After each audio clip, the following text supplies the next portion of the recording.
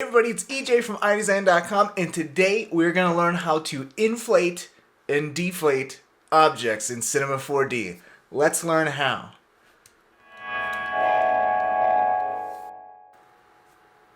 Alright, so this is what we're going to be doing today. Inflating, or if you want to run it backwards, deflating.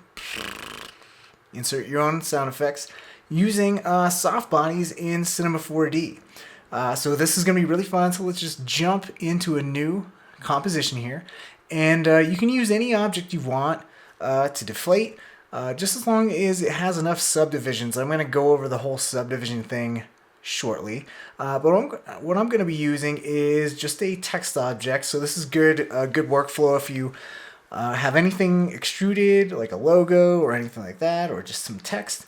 I'm just going to use the number 8. I'm going to make it bold, big and bold, and align it to the middle. All right. And then I want this to actually have a floor, so it doesn't just fall through the floor. I want to have a floor that this deflates onto, so I'll just make a disk, make it big enough, and then I'm just going to position this letter 8 just above the floor, and let's just make this a little bit thicker, like so.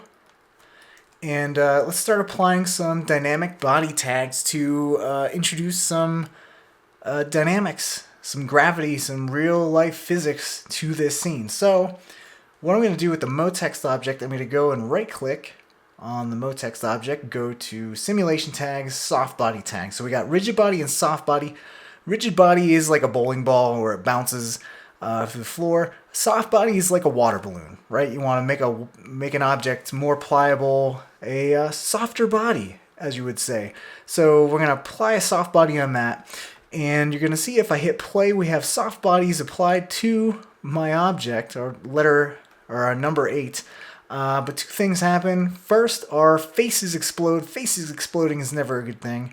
Our caps explode from our object, and we're actually falling right through the floor. And the reason why that is because our disk is not included in the dynamic simulation because there's no dynamics tag applied to it. So let's go to our disk, go to simulation tag, and we went over rigid body and soft body, but we haven't covered collider body yet. And collider body is basically just a dynamics tag that allows an object to be collided into, and nothing else. So we're going to apply a collider body to the disk, and then we'll hit play. And now we should see our 8 no longer falls to the floor, which is always a good thing.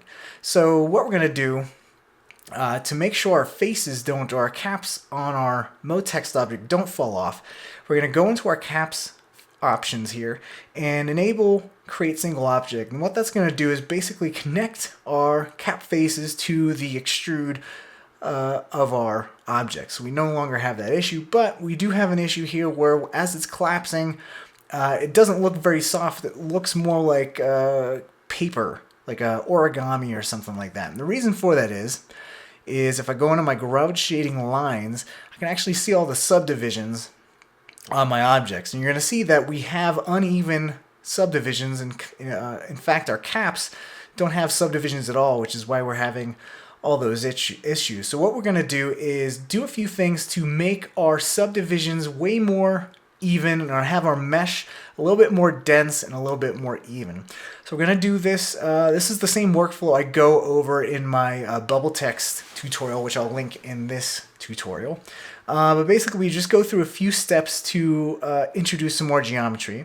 One is changing the intermediate points to subdivided, and what this does is allows us to not control our subdivisions based on the angle or angle between points, but we can subdivide based on length. So you can see that every 22 centimeters there's a subdivision, so our object's a little bit more chunky, and then we can adjust that as we would like. And then we can actually introduce some subdivisions to our faces as well by going to our caps field and changing the type from n-gons to quadrangles. And what that's going to do is slice everything up on our caps, and then we can change this to a regular grid, and we now have the width option that we do with the maximum length, where we have a centimeter option. So what I like to do is just kind of match those two fields, so 15 and 15. Or if you have 13 in here and 13 in here. That works as well. So we just have a more evenly spaced mesh. And another thing I like to do is just kind of subdivide that extrusion by upping the subdivision here. And now we have pretty evenly spaced squares all throughout. And the one thing we want to do is pretty much smooth this out because this is very chunky at the moment. So we want to make this a little bit more bubbly or balloony. So what we're going to do is place this Motext object in a subdivision surface that's going to smooth everything out. We can smooth out the edges of our caps or our bevels by adding some fillet caps like so, and maybe increasing the width to say 8, and then we can decrease the depth just a little bit, and that looks fairly bubbly. We can keep adjusting all this stuff to try to smooth out some of the stuff. We don't get any weird Fong issues or anything like that. Something like that works pretty well. And that's looking good. So the denser the mesh, the nicer our soft body dynamic simulation is going to be too, because that can create nice folds as the thing deflates and all that good stuff. So just something to keep in mind there. So now with our soft body dynamics tab, we're going to go into our soft bodies here, and we're going to hit play on this. So now that we have a softer, rounded object, we can now see, like, all right, now we have a little bit something more pliable, like a pillow or something ooey gooey, which is what we want.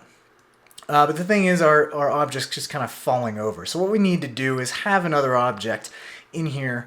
We need to like cage this guy off so he doesn't flop forward or backwards. So what we're going to do is, just like we have a collider as a disc, so our object doesn't fall through the floor, we're going to create a box to kind of cage in our number 8 so it doesn't fall forward or backwards. Just kind of, if it collapses straight down, and if it shoots up or inflates, it's going to inflate straight up. And if you're just collapsing something that's parallel to the ground, you really don't have to do this step. But since this is standing upwards, we're going to need to add this extra step. So let's create a cube. And I'm going to go into the basic tab of the cube, turn on X-ray so I can see through it and be like Superman. And let's just go ahead and adjust these handles so we're encompassing but not intersecting. We don't want this cube to intersect, or that's going to create a lot of wonkiness with our object, with the dynamic simulation. So that's looking pretty good. Let's go ahead, and now we can go to our cube. We're going to right click. Again, this isn't going to be included in the dynamic simulation until we have a simulation tag on it.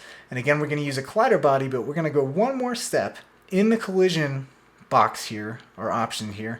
The default collision shape is automatic, and what the automatic one does is default is the fastest one, and it's kind of like a simplified calculation. But the thing that the automatic doesn't count for is if you have something inside another object. So by automatic, this is treating the cube as a solid object, and it's not treating it as a hollow object with something inside of it. So to make this collision shape something that's a hollow shape or a hollow box, like a cardboard box, we're going to need to change it to a more accurate simulation, and the static mesh is something that does just that. So that's all good. So now we can go and have this in, and you're going to see as this collapses, it stays upright because it's trapped in our box, trapped in our little cube there. So that's perfect.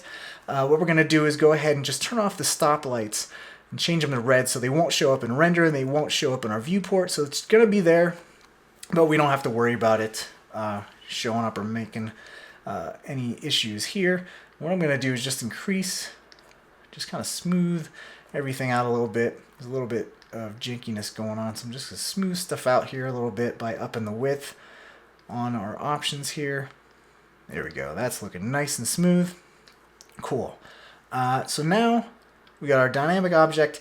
What we need to do is make this not so stiff. We need to deflate this, right? So in our soft body tab here, we have a bunch of spring options. Now there's 3 types of springs: structural, shear, and flexion. Structural is the type of spring that wants to maintain the actual structure or the outer shell of our object. Shear makes it from shearing diagonally, and Flexion tries to make things not fold over each other, so not have polygons fold over each other.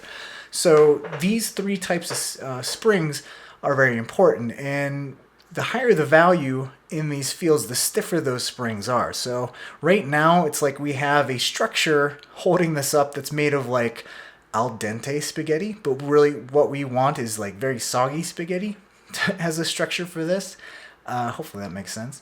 So if I decrease the strength of the stiffness of our springs here, and I let this go, you're going to see that this kind of collapses down because we're losing that the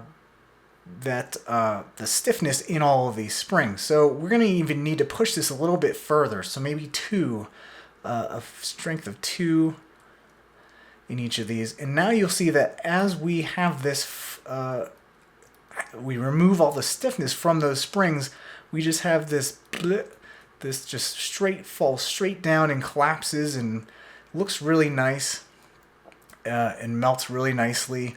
And the thing is if you want more definition in your object, again, you're going to have to go back into some of these fields here and add more definition, add a few more subdivisions. Again, we're looking at the garage shading here and just kind of upping all that good stuff if you want to.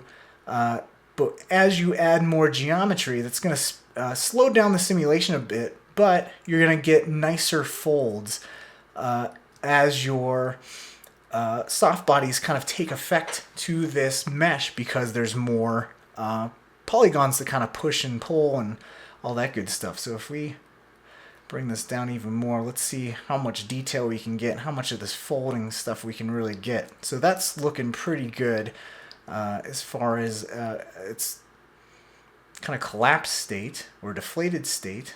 Let's see. Let's add another subdivision there, see if that helps add a little bit more flaps on the top here. So that's what I'm looking for right there, that nice little fold, these creases, and that's by adding another subdivision on the actual extrude. So again, a lot of this is just kind of tweaking to taste.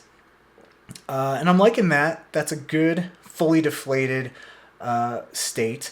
One thing I want to go over is this rest length. So when you're making this deflation or inflation animation, if you want this to be like a balloon, where when you get a balloon, before you blow it up, like a water balloon, before you put water in it, it's a very small balloon, and then you put the water in it, it stretches out, right?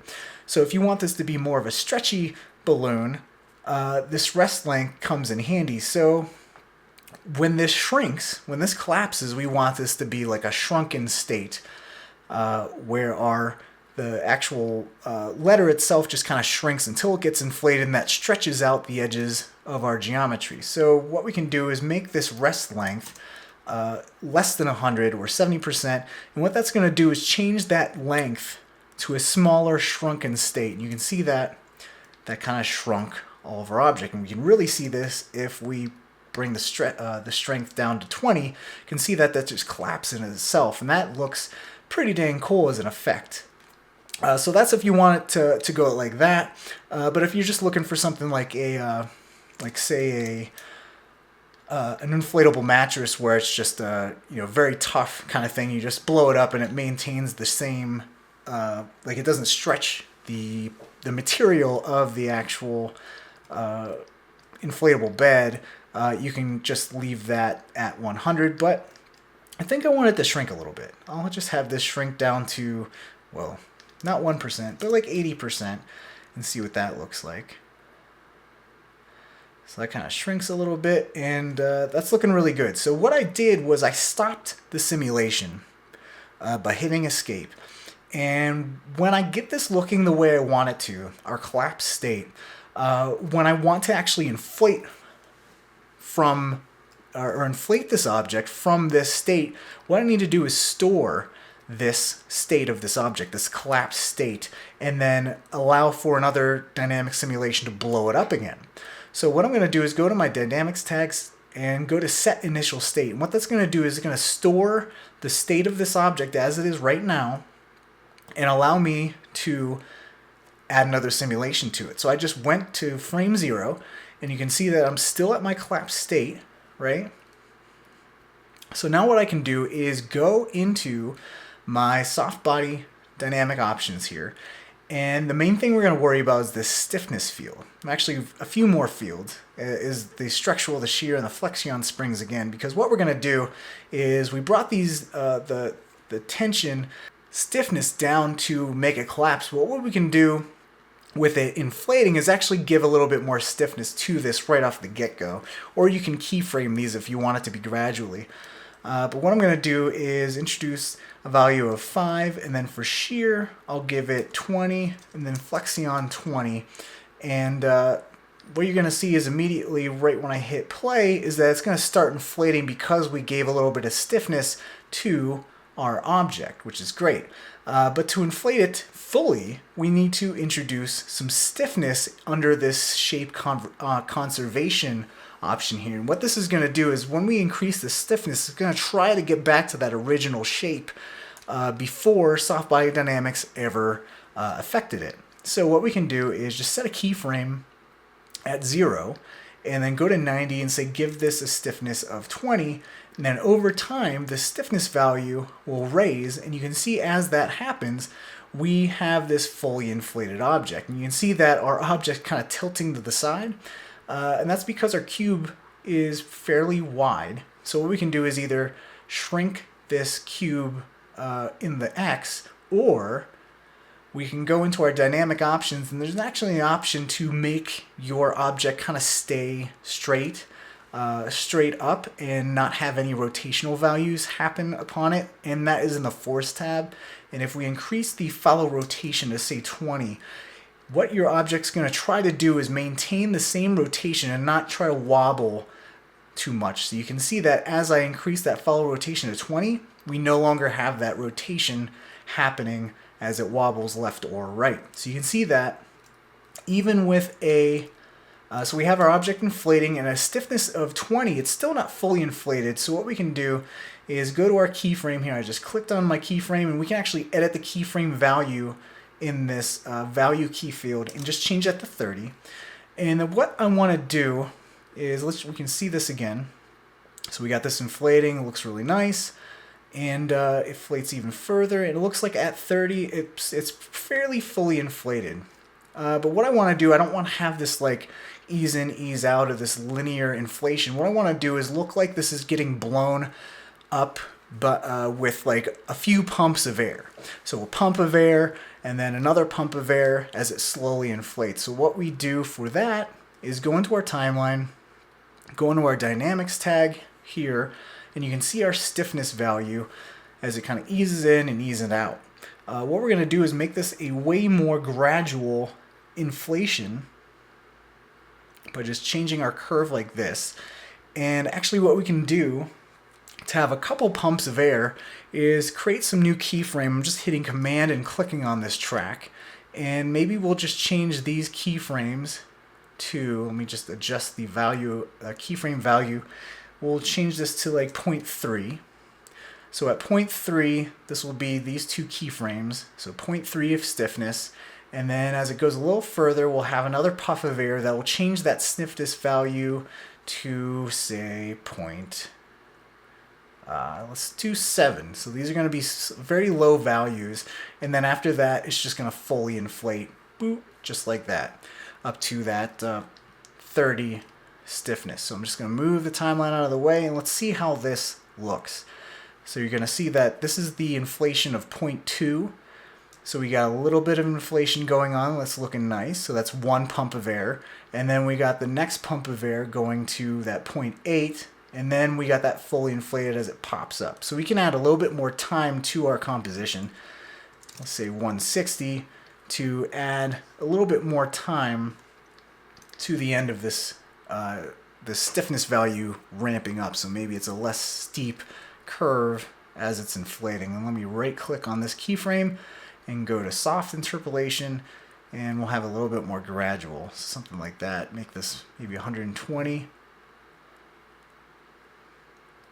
and something like this. All right, so now let's see what that looks like. So we got a little bit of inflation going, Got some nice stuff happening here, and then a little bit of inflation further, and that's looking really good. So if you say you want it, say you're saying, all right, this is too much inflation for the first inflation bit. So all we need to do a little bit less inflation is to just lower those two values in those keyframes here of 0.3. So maybe we say, let's do 0.2. See what that looks like. I'll just close out the manager here, timeline there. And this is 0.2 right there. And that's actually looking a little bit nicer. Still pretty deformed. You can see that we're still blowing air into it. Now we got that second puff of air. And now we got it to that point. And then fully inflated right there. And again, this is all enclosed in that cube, so we're not having that wobbling forward or backwards. Let's get out of our garage shading there. And there we go. We have some nice inflation looks right here. There's some other things that we can add here as well. We can add some pressure to kind of inflate this as it's blowing up. So maybe we add some pressure. And what pressure is going to do is basically add some, like actually inflate this object even further from that original state. So I can hit play. And we got that first inflation. And it's going. We're getting this blown up. And a little bit more. And then now I think right about here is where so you can see a little bit of inflation happening with the pressure occurring. So that's just a little bit of extra thing you can do to help inflate this object. Alright, so today we went over how to inflate and deflate objects in Cinema 4D using Soft Body Dynamics, and it's a lot of fun. And we went over how to create a bubbly type of text. We used Subdivision surface to smooth out our chunky text and make it nice and bubbly. And then we went into the Soft Body Dynamics tag and learned a few of the options there. We learned about some of the springs, we learned about what stiffness does, and all that good stuff. So hopefully you guys are equipped to play around more with Soft Body Dynamics and dynamics in general, because we also learned how to use collider bodies as well to be able to control where our soft body dynamics go. So hopefully you guys learned something useful. If you make anything with this tutorial, I'd love to see it. I want to see your inflation and deflation tests. Be sure to share them with me on Facebook or Twitter. And as always, thank you guys so much for watching. If you like this tutorial, please press the like button. I'd really appreciate that. And I really appreciate you all for stopping by today. I'll see you guys in the next tutorial. Bye, everybody.